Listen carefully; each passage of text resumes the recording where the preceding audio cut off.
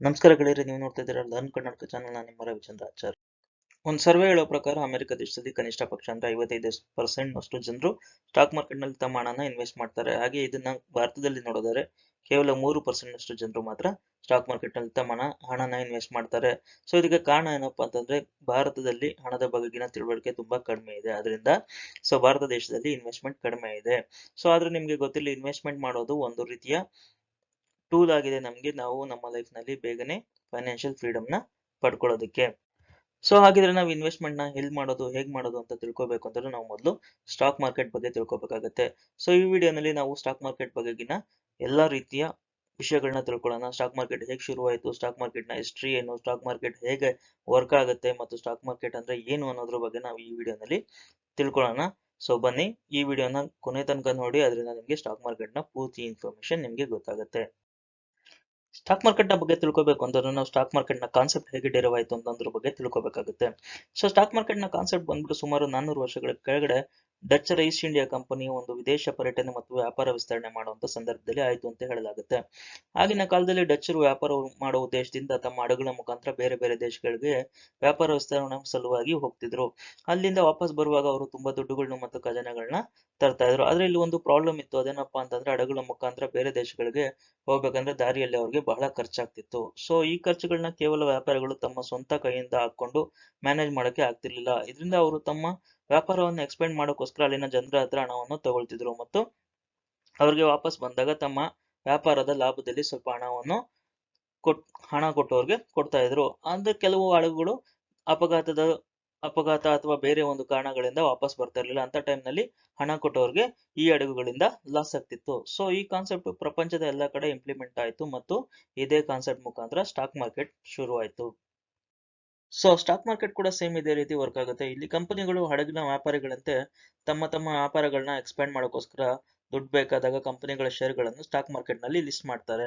So ಮತ್ತು ಅದರ ಮೂಲಕ ತಮಗೆ ಬೇಕಾದ ಹಣವನ್ನು ಕಲೆಕ್ಟ್ ಮಾಡಿಕೊಂಡು ತಮ್ಮ ಬಿಸ್ನೆಸ್ ಅನ್ನು ದೊಡ್ಡದು ಮಾಡ್ತಾರೆ. ಹಾಗೆ ಇಲ್ಲಿ ಕಂಪನಿಗಳು ಮುಂದೆ ವ್ಯಾಪಾರದಿಂದ ಬರೋ ಲಾಭವನ್ನು ಮತ್ತು ಅಥವಾ ನಷ್ಟವನ್ನು ಇನ್ವೆಸ್ಟರ್ಗಳಲ್ಲೇ ಹಂಚ್ಕೊಂತಾರೆ.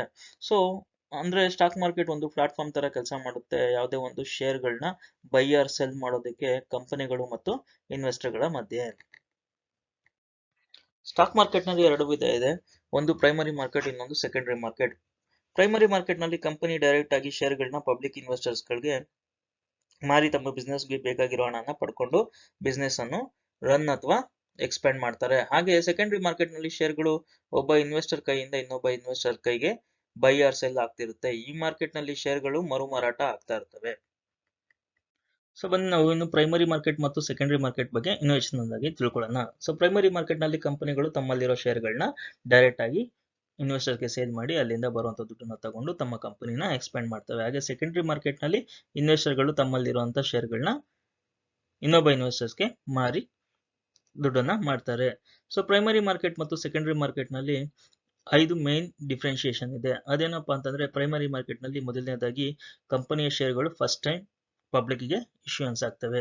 ಹಾಗೆ ಎರಡನೇದಾಗಿ ಕಂಪನಿ ತನ್ನ ಬಿಸ್ನೆಸ್ ಎಕ್ಸ್ಪಾನ್ಷನ್ ಗೋಸ್ಕರ ಈ ಒಂದು ಶೇರ್ಗಳನ್ನ ಪಬ್ಲಿಕ್ ಗೆ ಇಶ್ಯೂ ಮಾಡ್ತಾರೆ. ಮತ್ತು ಮೂರನೇದಾಗಿ ಕಂಪನಿ ಈ ಒಂದು ಶೇರ್ಗಳ ಪ್ರೈಸ್ ಗಳನ್ನ ಫಿಕ್ಸ್ ಮಾಡಿರುತ್ತೆ. ಮತ್ತು ನಾಲ್ಕನೇದಾಗಿ ಹೊಸ ಶೇರ್ಗಳನ್ನ ಪಬ್ಲಿಕ್ ಗೆ ಕಂಪನಿ ಇಶ್ಯೂ ಮಾಡುತ್ತೆ. ಐದನೇದಾಗಿ ಈ ಒಂದು ಪ್ರಾಸೆಸ್ ನಲ್ಲಿ ಕಂಪನಿನೇ ಡೈರೆಕ್ಟ್ ಆಗಿ ಇನ್ವಾಲ್ವ್ ಇರುತ್ತೆ.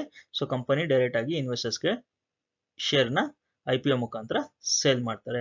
ಸೊ ಸೆಕೆಂಡರಿ ಮಾರ್ಕೆಟ್ ನಲ್ಲಿ ಮೊದಲನೇದಾಗಿ ಇಲ್ಲಿ ಶೇರ್ಗಳು ಇನ್ವೆಸ್ಟರ್ ಮತ್ತು ಇನ್ವೆಸ್ಟರ್ ಗಳ ನಡುವೆ ಸೇಲ್ ಆಗುತ್ತೆ. ಮತ್ತು ಎರಡನೇದಾಗಿ ಈ ಒಂದು ಮಾರ್ಕೆಟ್ ಮೇಜರ್ ಆಗಿ ಲಿಕ್ವಿಡಿಟಿಗೋಸ್ಕರ ಕ್ರಿಯೇಟ್ ಆಗಿದೆ. ಲಿಕ್ವಿಡಿಟಿ ಅಂದ್ರೆ ಏನಂತಂದ್ರೆ ಒಬ್ಬ ಇನ್ವೆಸ್ಟರ್ಸ್ ಕಂಪನಿಯಿಂದ ಯಾವುದೇ ಶೇರ್ಗಳನ್ನ ಪರ್ಚೇಸ್ ಮಾಡಿದ್ರೆ ಅವರು ವಾಪಸ್ ಕಂಪನಿಗೆ ಶೇರ್ಗಳನ್ನ ಮಾರಿ ಇಮಿಡಿಯೇಟ್ ಆಗಿ ಅವರು ದುಡ್ಡನ್ನ ವಾಪಸ್ ತಗೊಳಕ್ಕಾಗಲ್ಲ. ಯಾಕಂತಂದ್ರೆ ಆ ದುಡ್ಡನ್ನ ಕಂಪನಿ ಎಕ್ಸ್ಪಾನ್ಷನ್ ಅಥವಾ ಬಿಸ್ನೆಸ್ ರನ್ ಮಾಡೋದಕ್ಕೋಸ್ಕರ ಯೂಸ್ ಮಾಡಿರ್ತಾರೆ. ಅದರಿಂದ ಅವರು ವಾಪಸ್ ಆ ದುಡ್ಡನ್ನ ಪಡ್ಕೊಳಕ್ಕಾಗಲ್ಲ. ಅದರಿಂದ ಇಮಿಡಿಯೇಟ್ ಆಗಿ ಈ ಇನ್ವೆಸ್ಟರ್ಗೆ ದುಡ್ಡು ಬೇಕು ಅಂತಂದಾಗ ಅವರು ವಾಪಸ್ ಕಂಪನಿಗೆ ಶೇರ್ಗಳನ್ನ ಮಾರಕ್ಕಾಗಲ್ಲ. ಅಂತ ಟೈಮಲ್ಲಿ ಅವರು ಇನ್ನೊಬ್ಬ ಇನ್ವೆಸ್ಟರ್ಸ್ ಇದೇ ಕಂಪನಿಯ ಶೇರ್ಗಳನ್ನ ತಗೊಳ್ಳೋಕೆ ಇಷ್ಟ ಇದ್ರೆ ಅವ್ರಿಗೆ ಆ ಶೇರ್ಗಳನ್ನ ಮಾಡಿ ತಮ್ಮ ದುಡ್ಡನ್ನ ಲಿಕ್ವಿಡೇಟ್ ಮಾಡ್ಕೊಂತಾರೆ. ಸೊ ಆದ್ರಿಂದ ಈ ಒಂದು ರೀಸನ್ ಇಂದಾನೆ ಸೆಕೆಂಡರಿ ಮಾರ್ಕೆಟ್ ಮೇಜರ್ಲಿ ಶುರು ಆಗಿದ್ದು. ಹಾಗೆ ಮೂರನೇದಾಗಿ ಇಲ್ಲಿ ಪ್ರೈಸ್ ಬ್ಯಾಂಡ್ ಬಂದ್ಬಿಟ್ಟು ಕಂಪನಿಯ ಶೇರ್ಗಳ ಪ್ರೈಸ್ ಬಂದ್ಬಿಟ್ಟು ಡಿಮ್ಯಾಂಡ್ ಮತ್ತು ಸಪ್ಲೈ ಮೇಲೆ ಡಿಸೈಡ್ ಆಗಿರುತ್ತೆ. ಸೊ ಅಂದ್ರೆ ಆ ಒಂದು ಕಂಪನಿಯ ಶೇರ್ಗಳನ್ನ ಎಷ್ಟು ಜನ ತಗೊಳ್ಳೋಕೆ ರೆಡಿ ಇದ್ದಾರೆ ಮತ್ತು ಎಷ್ಟು ಜನ ಮಾರ್ತಾ ಇದ್ದಾರೆ ಅನ್ನೋದು ಒಂದು ಡಿಮ್ಯಾಂಡ್ ಅಂಡ್ ಸಪ್ಲೈ ಮೇಲೆ ಈ ಒಂದು ಕಂಪನಿಯ ಪ್ರೈಸ್ಗಳು ಮೇಲೆ ಮತ್ತು ಕೆಳಗಡೆ ಹೋಗ್ತಾ ಇರುತ್ತೆ. ಮತ್ತು ನಾಲ್ಕನೇದಾಗಿ ಈ ಒಂದು ಮಾರ್ಕೆಟ್ನಲ್ಲಿ ಹಾಗೆ ಹೇಳಿದಂಗೆ ಒಬ್ಬ ಇನ್ವೆಸ್ಟರಿಂದ ಇನ್ನೊಬ್ಬ ಇನ್ವೆಸ್ಟರ್ಗೆ ರೀಸೆಲ್ಲಿಂಗ್ ಪ್ರಾಸೆಸ್ ನಡೀತಾನೆ ಇರುತ್ತೆ. ಸೊ ರೀಸೇಲ್ ಮಾಡ್ತಾ ಇರ್ತಾರೆ, ಒಬ್ಬ ಇನ್ವೆಸ್ಟರಿಂದ ಇನ್ನೊಬ್ಬ ಇನ್ವೆಸ್ಟರ್ಗೆ, ಇನ್ನೊಬ್ಬ ಇನ್ವೆಸ್ಟರಿಂದ ಇನ್ನೊಬ್ಬ ಇನ್ವೆಸ್ಟರ್ಗೆ ಇಲ್ಲಿ ಶೇರ್ಗಳು ರೀಸೇಲ್ ಆಗ್ತಾ ಇರ್ತವೆ. ಮತ್ತು ಐದನೇದಾಗಿ ಇಲ್ಲಿ ಕಂಪನಿ ಡೈರೆಕ್ಟ್ ಆಗಿ ಇನ್ವಾಲ್ವ್ಮೆಂಟ್ ಇರಲ್ಲ, ಇಲ್ಲಿ ಬರೀ ಇನ್ವೆಸ್ಟರ್ಸ್ಗಳು ಇನ್ನೊಬ್ಬ ಇನ್ವೆಸ್ಟರ್ಸ್ಗಳಿಗೆ ರೀಸೇಲ್ ಮಾಡುವಂತ ಒಂದು ಪ್ರಾಸೆಸ್ ನಲ್ಲಿ ಇರ್ತಾರೆ. ಸ್ಟಾಕ್ಗಳನ್ನ ನಾವು ಬೈ ಆರ್ ಸೆಲ್ ಮಾಡಬೇಕು ಅಂತಂದ್ರೆ ಸ್ಟಾಕ್ ಎಕ್ಸ್ಚೇಂಜ್ ನ ಮುಖಾಂತರ ಮಾಡ್ಕೋಬಹುದು. ಸ್ಟಾಕ್ ಎಕ್ಸ್ಚೇಂಜ್ ನಲ್ಲಿ ಲಿಸ್ಟ್ ಆಗಿರುವಂತ ಯಾವ್ದಾದ್ರು ಬ್ರೋಕರ್ ಮುಖಾಂತರ ನಾವು ಡಿಮ್ಯಾಟ್ ಅಕೌಂಟ್ ನ ಮಾಡ್ಕೊಂಡು ಅಲ್ಲಿ ಸ್ಟಾಕ್ಗಳನ್ನ ಬೈ ಆರ್ ಸೆಲ್ ಮಾಡಬಹುದು. ಸೊ ಸ್ಟಾಕ್ ಮಾರ್ಕೆಟ್ ಬಂದ್ಬಿಟ್ಟು ರೆಗ್ಯುಲೇಟೆಡ್ ಆಗಿರುತ್ತೆ. ಸ್ಟಾಕ್ ಮಾರ್ಕೆಟ್ ನ ಒಂದು ರೆಗ್ಯುಲೇಷನ್ ಮಾಡುವಂತದ್ದು ಸೆಬಿ ಅಂತಂದ್ರೆ securities and exchange board of India.